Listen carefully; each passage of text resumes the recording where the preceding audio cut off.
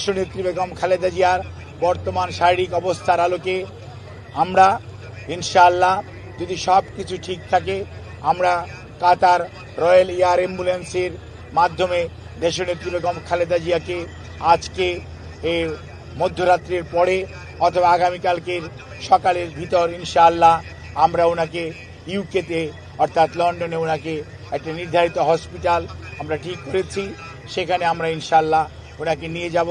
ওনার যাওয়ার সময় ওনার সাথে যে বিশেষজ্ঞ চিকিৎসক হিসাবে বেশ কয়েকজন চিকিৎসক এবং দেশের বাইরের 2 জন চিকিৎসক ওনার সাথে থাকবেন এবং এর সাথেও অ্যারোনটিক্যাল ফিজিশিয়ানস যারা আছেন তারাও ওনার মেডিকেল বোর্ডের সদস্য হিসাবে উনি যখন বিমানে থাকবেন যাতে ওনার যাত্রাপথ কোনো অবস্থাতেই কোনো ধরনের প্রতিকূলতার মধ্যেও যাতে ওনাকে সুস্থভাবে ওনার চিকিৎসা দেওয়া যায় সেই লক্ষ্যেই সকল প্রস্তুতি সম্পন্ন করে আমরা ইনশাআল্লাহ আজকে মধ্যরাত্রির পরে আগামীকালকে আর্লি মর্নিংয়ের মধ্যে বাংলাদেশ থেকে ওনাকে দেশের বাইরে নেওয়া হবে।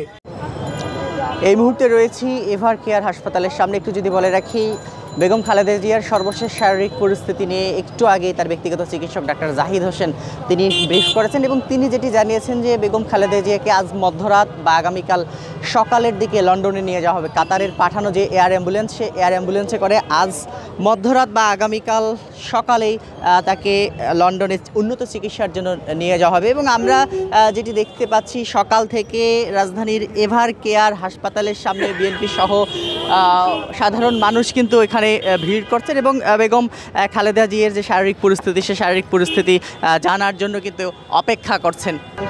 আরেকটি বিষয় আপনাদেরকে যদি একটু বলে রাখি, বেগম খালেদা জিয়াকে যে লন্ডনে নিয়ে যাওয়া হবে, সেই লন্ডনে নিয়ে যাওয়ার যে প্রস্তুতি, সে সমস্ত প্রস্তুতি কিন্তু সেরে রাখা হচ্ছে। আজকে মধ্যরাত বা আগামীকাল সকালের দিকে তাকে লন্ডনে নিয়ে যাওয়া হবে, এমনটি কিন্তু জানিয়েছেন বেগম জিয়ার ব্যক্তিগত চিকিৎসক যিনি রয়েছেন ডাক্তার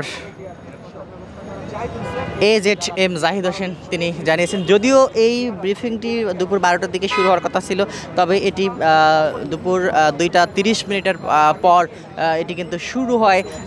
তারপরে তিনি গণমাধ্যম কর্মীদের সঙ্গে কথা বলে যেটি আমাদেরকে জানিয়েছেন, গণমাধ্যম কর্মীদের সঙ্গে কথা বলেছেন, সেটি কিন্তু জানিয়েছেন যে দেশি বিদেশি চিকিৎসকদের যে মেডিকেল বোর্ড, সে মেডিকেল বোর্ডের পরামর্শক্রমেই তাকে উন্নত চিকিৎসার জন্য কিন্তু লন্ডনে নিয়ে যাওয়া হবে। এর আগে আপনাদেরকে আমরা যেমনটি দেখাচ্ছিলাম, বেগম জিয়ার শারীরিক পরিস্থিতি যখন এই সংকটাপন্ন অবস্থায় এভার কেয়ার হাসপাতালে যখন তিনি সিসিউতে চিকিৎসা নিচ্ছিলেন, তখনই কিন্তু রাজধানীর এভার কেয়ার হাসপাতালের চারিপাশে বিএনপির বিভিন্ন স্তরের নেতাকর্মী সহ সাধারণ মানুষ, তারা কিন্তু এই এভার কেয়ার হাসপাতালের সামনে এসে বেগম জিয়ার শারীরিক পরিস্থিতি জানার জন্য চেষ্টা করেন। এর পরপরই আমরা দেখি যে প্রধান উপদেষ্টার দপ্তর থেকে বেগম জিয়াকে যখন রাষ্ট্রের অতি গুরুত্বপূর্ণ ব্যক্তি ভিভিআইপি পার্সন হিসেবে ঘোষণা করা হয়, তারপরেই আমরা দেখি রাজধানীর এভার কেয়ার হাসপাতালের চারিপাশে কঠোর নিরাপত্তা ব্যবস্থা নেওয়া হয় এবং কঠোর নিরাপত্তা বলয় কিন্তু তৈরি করা হয়।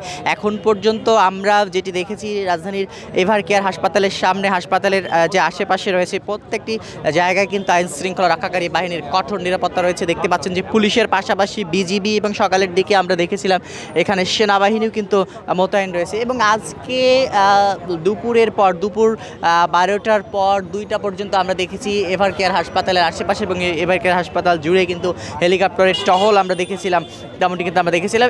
সর্বশেষ ব্রিফিংটি একটু আগেই শেষ হয়েছে। একটু আগে এই ব্রিফিং থেকে জানানো হয়েছে যে বেগম জিয়াকে উন্নত চিকিৎসার জন্য লন্ডনে নিয়ে যাওয়া হবে আজকে মধ্যরাত বা আগামীকাল সকালের মধ্যেই কিন্তু তাকে লন্ডনে নিয়ে যাওয়া হবে। এই ছিল আমাদের কাছে এভার কেয়ার হাসপাতাল থেকে বেগম জিয়ার শারীরিক পরিস্থিতির সর্বশেষ পরিস্থিতি।